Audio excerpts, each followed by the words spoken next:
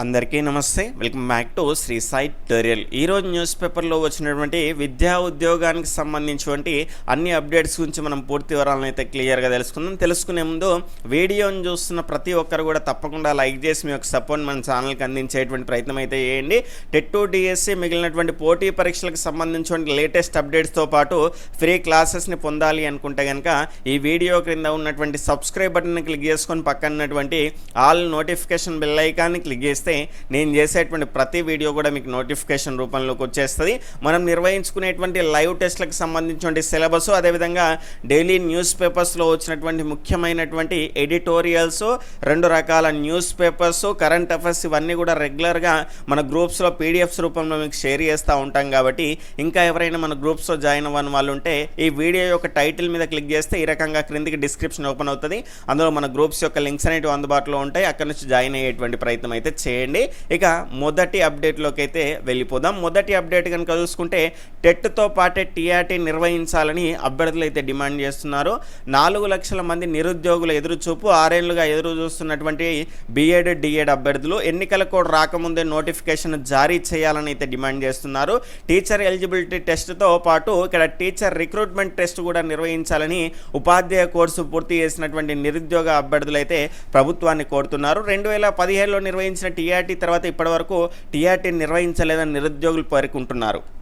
గత 6 ఏళ్లలో BEd D.Ed కోర్సులు పూర్తయినటువంటి వారిలో 2017లో 2022లో నిర్వహించిన టెట్లో అర్హత సాధించిన వారు, అంతకుముందు అర్హత సాధించినటువంటి వారు సుమారుగా 4 లక్షల మంది వరకైతే ఉన్నట్టు ఉపాధ్యాయ పోస్టుల కోసం ఎదురు చూస్తున్నారు.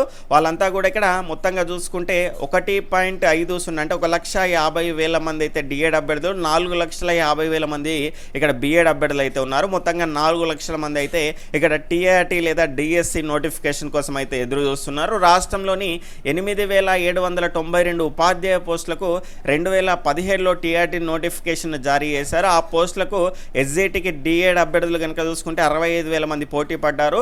స్కూల్ అసిస్టెంట్ పోస్టులకు అయితే 2 లక్షల మంది అయితే బీఎడ్ అభ్యర్థులు పోటీ పడ్డారు.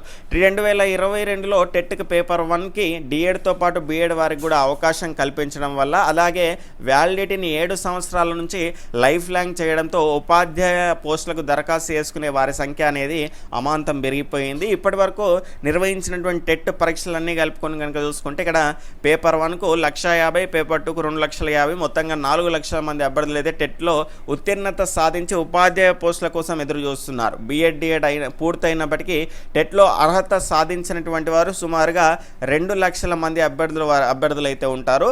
ఈ రకంగా మనకు దీనికి సంబంధించినటువంటి గత ఏడాది జూన్ 12న టెట్ నిర్వహించినటువంటి సందర్భంలో రాష్ట్రంలో 10,000 టీచర్ పోస్టులను భర్తీ చేస్తామని ప్రభుత్వం ప్రకటించిందని డిఎడ్ బిఎడ్ అభ్యర్థుల సంఘం అయితే గుర్తు చేసింది. ఇప్పుడు టెట్ నిర్వహించాలని ప్రభుత్వం నిర్ణయించినటువంటి నేపథ్యంలో ఎన్నికల కోడ్ వచ్చేలోపే ఆర్థిక శాఖ నుంచి ఉపాధ్యాయ పోస్టుల భర్తీకి అనుమతి తీసుకొని రాష్ట్రంలో ఉపాధ్యాయ నియామకాలకు టీఆర్టీ ద్వారా నిర్వహించాలని బీఎడ్ డిఎడ్ అభ్యర్థుల సంఘం అయితే ప్రభుత్వాన్ని డిమాండ్ చేసింది. అది టీఆర్టీ కానీ లేదంటే డిఎస్సి కానీ. టీఆర్టీ అంటే టీఎస్పీఎస్సికి ఉన్నటువంటి తలకాయ నొప్పులు కూడా చాలు.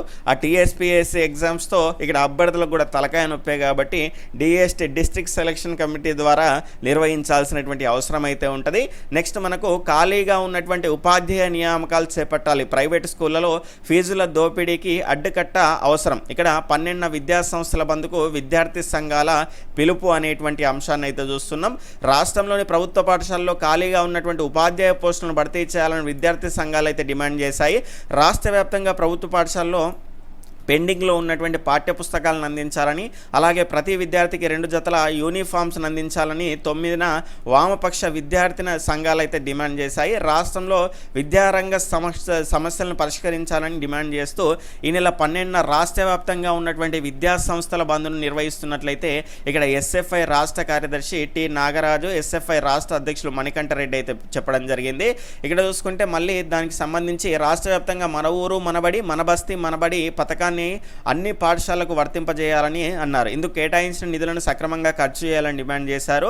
ప్రభుత్వ పాఠశాలలో స్కావెంజర్ పోస్టుల భర్తీకి చేసి ఇక్కడ భర్తీ చేసి మూత్రశాలలు మరుగుదొడ్లను నిర్మించాలన్నారు. అలాగే కార్పొరేట్ ప్రైవేటు విద్యా సంస్థల్లో ఇష్టారాజ్యంగా వసూలు చేస్తున్నటువంటి ఫీజులను నియంత్రించాలని ఫీజు నియంత్రణ చట్టం చేయాలని డిమాండ్ చేశారు. ఈ నెల 12న రాష్ట్రంలో విద్యా సంస్థల బంద్ పాటిస్తున్నట్లయితే తెలియజేయడం జరిగింది. ఖచ్చితంగా ఇక్కడ ఆ ఫీజుల నియంత్రణ అవసరం. అదేవిధంగా ప్రభుత్వ పాఠశాలలో మౌలిక సదుపాయాలు అనేటివి మెరుగ్గా ఉంటాయి కనుక ఇక్కడ పిల్లల్ని ఆ స్కూళ్ళలో చేర్పించడానికి తల్లిదండ్రులు కూడా ఇష్టపడతారు. కాబట్టి తర్వాత త్వరలో ఆశ్రమ పాఠశాలలో పోస్టుల భర్తీ, డైట్ ఛార్జీలు పెంచబోతున్నాం, సిఆర్టీల వేతనాలు 3 సార్లు పెంచినాం, కాంట్రాక్ట్ ఉద్యోగులకు పీఆర్సీ అమలు చేసిన ఘనత కేసీఆర్ది. ఇక్కడ ఇవన్నీ మనకు అవసరం లేదు.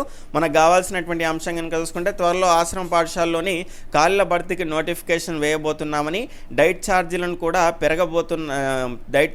కూడా పెంచబోతున్నామని రాష్ట్ర గిరిజన స్త్రీ శిశు సంక్షేమ శాఖ మంత్రి సత్యవతి రాథోడ్ అయితే పేర్కొన్నారు. హైదరాబాద్లోని బంజారాల భవన్లో తెలంగాణ ప్రభుత్వ గిరిజన ఆశ్రమ పాఠశాల కాంట్రాక్ట్ రెసిడెన్షియల్ ఉపాధ్యాయుల సిఆర్టీ సంఘం ఇక్కడ శనివారం ఏర్పాటు చేసినటువంటి కృతజ్ఞతా సభకైతే సత్యవతి రాథోడ్ హాజరు కావడం జరిగింది. ఈ సందర్భంగా మాట్లాడుతూ 3 సార్లు సిఆర్టీల వేతనాలు పెంచినటువంటి ఘనత మాదే అని చెప్పారు. ఇక్కడ దీనికి సంబంధించి నెక్స్ట్ ఇక్కడ గిరిజన ఆశ్రమ పాఠశాలలో పనిచేస్తున్నటువంటి కాంట్రాక్ట్ ఉపాధ్యాయులను గత ప్రభుత్వాలు నిర్లక్ష్యం చేశాయని ఆమె చాలని వేతనాలతో ఇవన్నీ కాదు, ఈ సిఆర్టీలకు సంబంధించిన భర్తీ నేపథ్యంలో మళ్ళీ నోటిఫికేషన్ ఇచ్చేటువంటి అవకాశం ఉంది అనేటువంటి అప్డేట్ అయితే ఇక్కడ చూసుకోవచ్చు.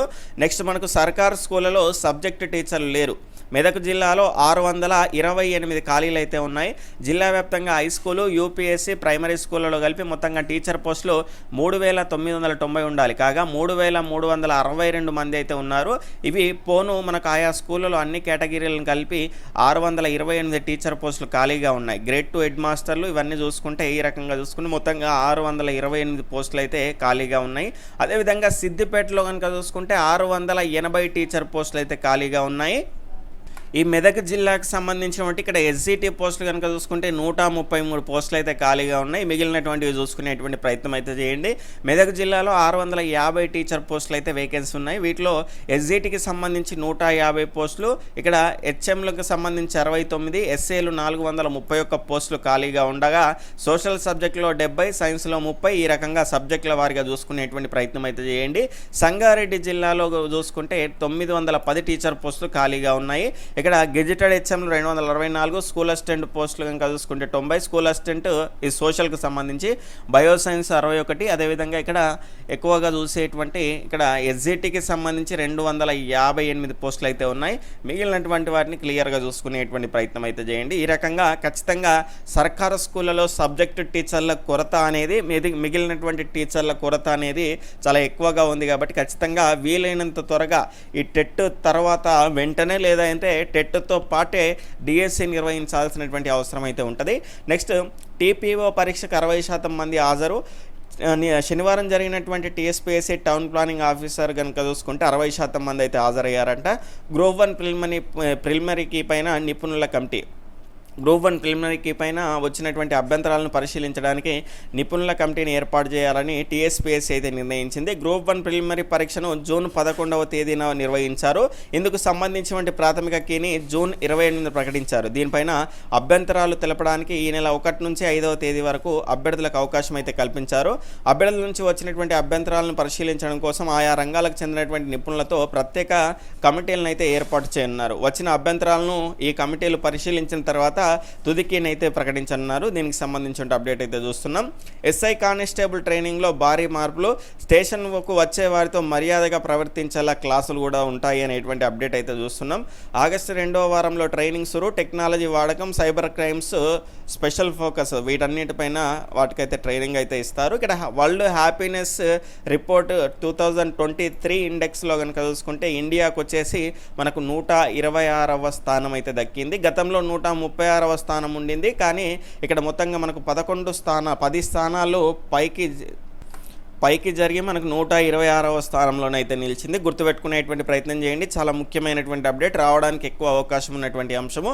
ఇది సక్సెస్కి సంబంధించినటువంటి వెలుగు సక్సెస్ నియామకాలపైన కమిటీలు, అదేవిధంగా కొన్ని ఇక్కడ బిడ్ బ్యాంక్ అనే రూపంలో కూడా ఇవ్వడం జరిగింది.